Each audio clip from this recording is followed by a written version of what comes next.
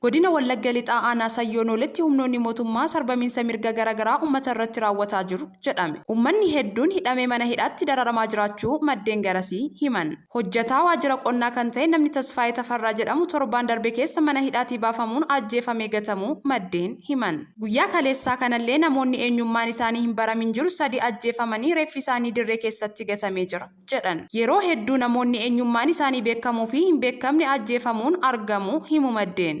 Akkasuma dhibeen busaas uummata miidhaa jiraachuu himaniiru. Aanichatti neetwoorkiin balleeffamuun yakkoonni sukkanneessoon hedduun raawwatamaa jiraachuus dhaamaniiru. Godina Horroo Guduruu Wallaggaa aanaa Amurutti uummata Oromoo naannichaa fi kanneen naannoo Amaaraatii dhufuun achi jiraatan waliin araarri taasifamuu jiraattonni himan. Yaadni araarri taasifamaa jiru kun gaarii ta'ullee hojiirra oolmaan isaa hangam akka amansiisaa ta'u beekamaa miti jedhu jiraattonni. Hidhattoonni faannoo daangaa ce'uun dhufuun araara taasifamuurra deddeebiin booressaa akka turan dubbatu jiraattonni. Gaafatamaan waajjira paartii Biltsiginnaa aanaa Amiruu obbo Biqilaa Dassaalee gama isaaniitiin araarri kun ni milkaa'a jedhan. Armaan dura yaaliin araaraa marsaa 3 fi sanaa ol taasifamaa turuu jiraattonni himu.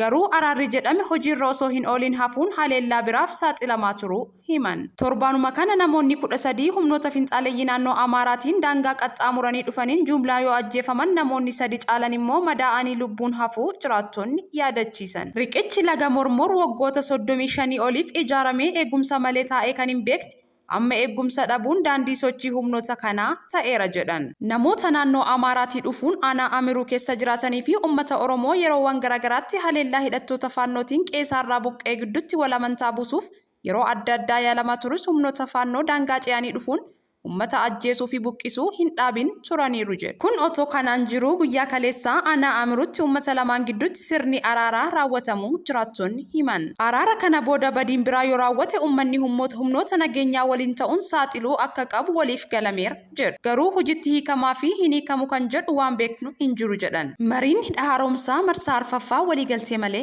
goolabame. Mariin garsadee dhimma hidha haaromsaa Finfinneetti gaggeeffamaa ture milkii malee xumuramuu ministeeronni Itoophiyaa fi Misraa beeksisan.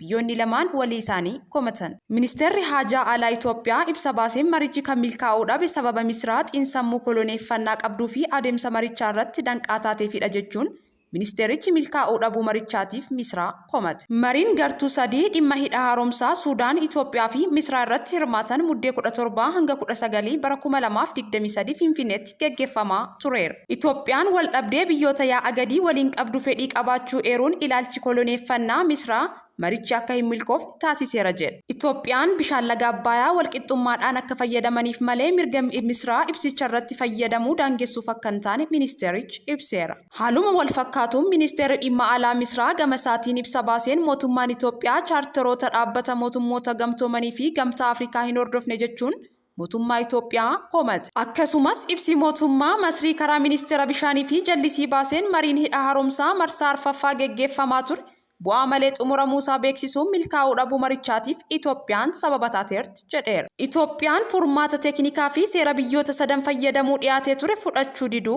himeera. Itoophiyaan waliigalteewwan idil addunyaa laggeen daangaa ce'an irratti taasifaman tuffachuun bishaan Abbayyaa to'annoo jala oolchuu fi daangaa malee fayyadamuu akka barbaaddu ta'uu ministeerichi ibseera. Itti dabaluun Itoophiyaan marii kana hanga haalli lafarra jiru jijjiiramutti yeroo bitachuuf kan itti fayyadamuuf hojjechaa jirti jedheera. Akkaataa guuttaa bishaanii hidhichaa fi bulchiinsa bishaanichaa itti dhiyeenyaan hordofuu kan itti fufu ta'uu Misraan himteera. Baankiin Misooma Afrikaa hojjettoota idil addunyaa atattamaan Itoophiyaa keessaa baasu. Baankiin Misooma Afrikaa baatii tokko dura hojii gaggeessaa baankichaa damee Itoophiyaa Dr. Abdul Kaamaaraa dabalatee hojjettoota isaa 2 irratti Finfinneetti qaamolee nageenyaan haleellaa raawwatamuu hordofee hojjettoota isaa lammummaa biyya alaa qabaatan atattamaan Itoophiyaa keessaa baasuuf ta'uu beeksise. Yeroo haleellaan kun raawwatamu baankichi mootummaa Itoophiyaaf xalayaa komii kan barreesse yoo ta'u, mootummaanis atattamaan qorannoo geggeessee bu'aa qorannoo isaa akka ifa godhu ibsee ture. Haa ta'u malee mootummaan Itoophiyaa qorannoo qaamolee nageenyaa haleellaa raawwataniiru jedhan irratti geggeeffame baankichaaf qooduu dhabuu isaatiin fi hojjettoota biratti gama nageenyaan amantaa guutuu argachuu dhabuu isaatiin baankichi hojjettoota isaa idil addunyaa Itoophiyaa keessaa baasuuf murteessuu beeksiseera.